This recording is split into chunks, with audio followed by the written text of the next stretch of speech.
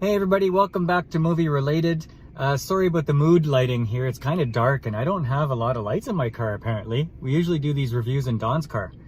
But Dawn is off fjording the dikes or diking the fjords up in Northern Europe right now, and Mark bailed on me for movie night.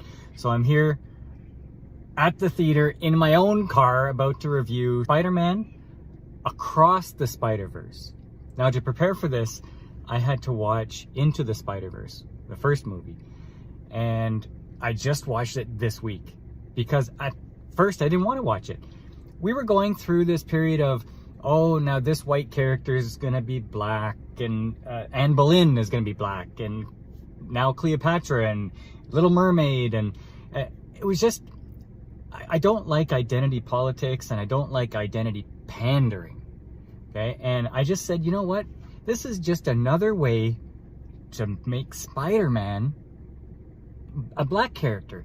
And I don't think I like that. And so I skipped it entirely. But now this is the movie that's coming out this week. And so I have to watch, you know, Into the Spiderverse. And so I did. And it was freaking fantastic, in my opinion. It was really good. The main character is Miles Morales. And he's just a regular kid. Yes, he is black, but he's just a regular 14 or 15-year-old, and he gets saved by Peter Parker in this big thing where Peter Parker is Spider-Man trying to destroy this machine that is going to open up the multiverse. And unfortunately, Spider-Man bites the dust. And Miles Morales was bitten by a spider from another dimension, and he gets all the spider powers. So now he's the Spider-Man in this dimension. Now in that movie, we have a bunch of different spider people that come from the other dimensions. One is Spider-Gwen. Another one is voiced by Nick Cage. He's like a film noir Spider-Man from Detective 1930s. We have Peter Porker. He's a little cartoon pig. I think, oh, and then we have a regular down on his luck potbelly Spider-Man who broke up with his girlfriend. I forget what her name is. And anyway, they're a team. They go through their adventure, and it was a really, really good animated cartoon. Now, because I don't want to do this completely on my own, I'm going to bring in a special guest. Why don't you introduce yourself? Hi everyone, it's Angelina, Paul's wife. Okay, so you watched it with me. I forced you to watch it with me. What did you think of the first movie? Did you like the characters? Yes, I did like the characters. They were interesting. The story was very good. I do have something negative to say about it. Pretty much from the first moment the movie started, it looked very blurry, fast. The camera was moving a lot, and it was making me dizzy. So Okay, but between you and me and the rest of the people out there watching, you get dizzy very easily in movies. I do. When the camera moves fast, I do. But it was blurry. I could not see the background very well. I was seeing a lot of pixels. Okay. Yeah, the animation was quite different in Into the Spider-Verse. Like different animation styles all over the place. You have Looney Tunes style, you have film noir style, you have comic book style, and I don't know if you saw Arcane. It's like kind of realistic, but not. It's like pastel realistic. It had a lot of that. So your eyes are always trying to adjust, and it's not easy because there's a lot of action, and fast-paced animation is not really easy to follow. And the camera was always moving. Yeah. But the story was pretty good, and towards the end actually it was nice, and a lot of fights were happening. The blur almost kind of didn't faze me anymore. Okay, so at the beginning, apparently, I read this trivia, they filmed Miles Morales in 12 frames per second, while the rest of the cartoon was 24 frames per second. And as he gained his abilities and got more proficient, he eventually caught up to the 24 frames per second. And so the animation was purposely done a little bit poor and got better along the way. So maybe you forgot about it because the story was getting good, or maybe because the animation was just getting a lot smoother towards the end. That makes sense. I Now, agree. Across the Spiderverse, we're back for movie number 2, and Spider Gwanda comes to visit Miles Morales. She was a Spider Girl in her dimension, and they kind of hit it off in the first movie. She visits and tells him that there is a spider gang, kind of like a Justice League of Spider-Men from different universes, and they use these little bracelets so they could travel around to different universes. And Miles says, hey, I want to join, but she goes, no, that's not possible. So she gets called back to do a mission somewhere, and Miles follows her, and hijinks ensue. One thing I wanted to say about those bracelets that they had is not just to transfer to other dimension, to jump into another dimension, but also is to keep them from phasing when they're in that dimension. If you could explain what that meant from the first movie as well. Okay, yeah, so Miles Morales might be in a different dimension, but if he doesn't have this bracelet on, he's unstable. So which means he goes like he's being electrocuted, and he gets all pixely, and I don't know if he's gonna spontaneously combust at some point if he's there too long. That's what they said, yeah. But the bracelet keeps him stable, and he doesn't have that. So they give him a day pass to the place where he's going.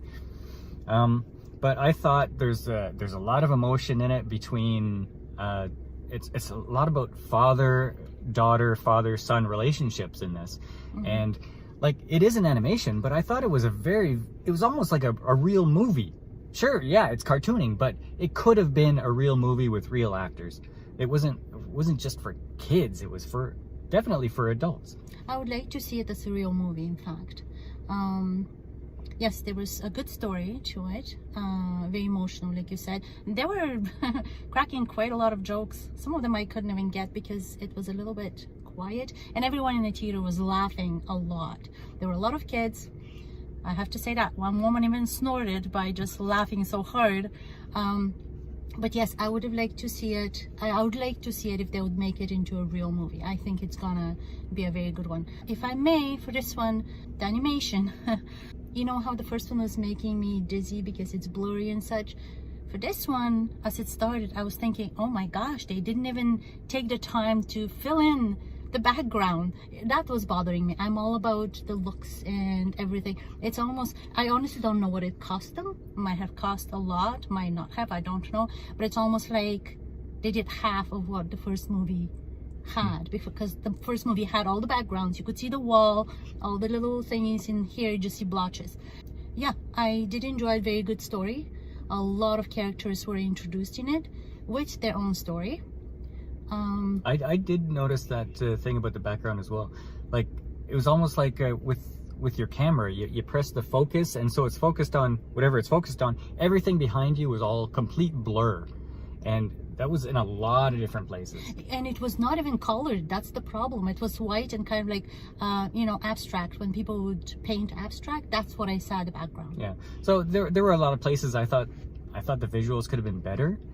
Like, I want to heap a lot of praise on this because I thought it was a really, really good movie, but it wasn't perfect, and a lot of the visuals I thought could have been improved. So even if I give the movie an 8 out of 10, I'd probably say the visuals were maybe 6.5.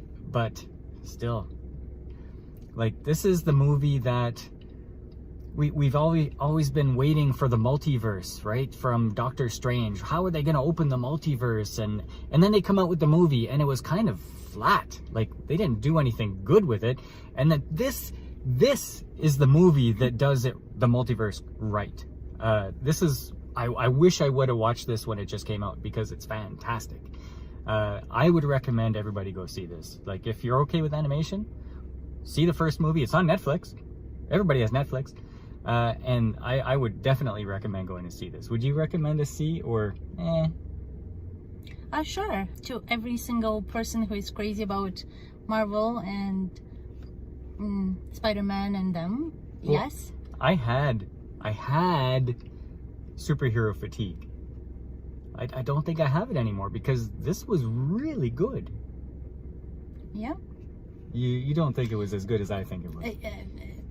I feel different about it, but story-wise, yes, I definitely could say. And for me, if I try and think of it being a surreal movie, it will be a higher mark, for sure. Mm-hmm. Did you liked Arcane more than this? Oh, definitely. Yeah. Gwen was very pretty because she's the drawing of Arcane. She was the voice. The voice too, but also the drawing, the eyes. You know, okay. Morales had very pretty eyes as well. So in the drawing, certain things were very pretty. Mm-hmm. Others were not. But, you know, it's because of their time. You know, like that what was that character from the 1930s comics. Mm-hmm. In the first movie? Mm-hmm. Yeah, the one voiced by Nicolas Cage. He was from Detective Comics 1930, and he was all in black and white, and he looked like a really trench coat, top hat detective kind of thing. But the new one in this one, he was Spider-Punk, kind of a weird, janky British cartooning that was really odd. Very, and almost like a cutout too. Yeah. So when he moves, that is what kind of made it a little less interesting to me. But story-wise, absolutely. No, I didn't know if it was the theater that we were in, but the sound was kind of low at places. So when all the action was happening, there was a place where there was a zillion different Spider-Men or Spider people, and all the action was happening, and a lot of times I couldn't hear the little quips that were going on. Yeah, because also the audience were interactive. Yeah. And they were just oohing and eyeing and jumping. But I did like it when they were showing all those spider people. There was a dinosaur being a spider, a cat. That to me was very interesting. So yes, I would like to explore more of what is out there. All those different... So out of 10, what would you give the first movie? Let's go with a 7. And the second movie? Oh. Does it have to be all as a total or just... Total, altogether. Story-wise, was altogether. Great. Oh. If the first one is 7.5, this one, because of the graphics, of the drawing, 7. 7? You want to give it a 6.5? It's okay. Yeah. Okay, the first one's 7, this one's 6.5. Okay. Sorry. I give both of them 8. I like the visuals of the first one a little bit better, but I liked the emotional content of the second one a lot more. But yeah, okay. This rejuvenated my love for superhero movies, at least for Spider-Man movies. Now I kind of want to see the next Tom Holland movie. And this one is a to be continued at the end. Yes. It's 2 hours and 20 minutes, and at the end you don't get the full story. You got to wait for the next movie. But I'm at least glad that they're going to make another movie. It didn't seem that long to me. No, it was not a long 2 hours and 20 minutes. No. The first one seemed a little bit longer, or maybe because I saw it was going to be 1 hour and 56 minutes. So I was like, oh, I don't think I want it. This one I did not know was that long. So there you go, Spider-Man Across the Spiderverse. It's a recommend from me. It's a meh from my wife. It is a recommend, but make it better drawing. Anyway, thanks for joining us, and we'll see you next time on Movie Related.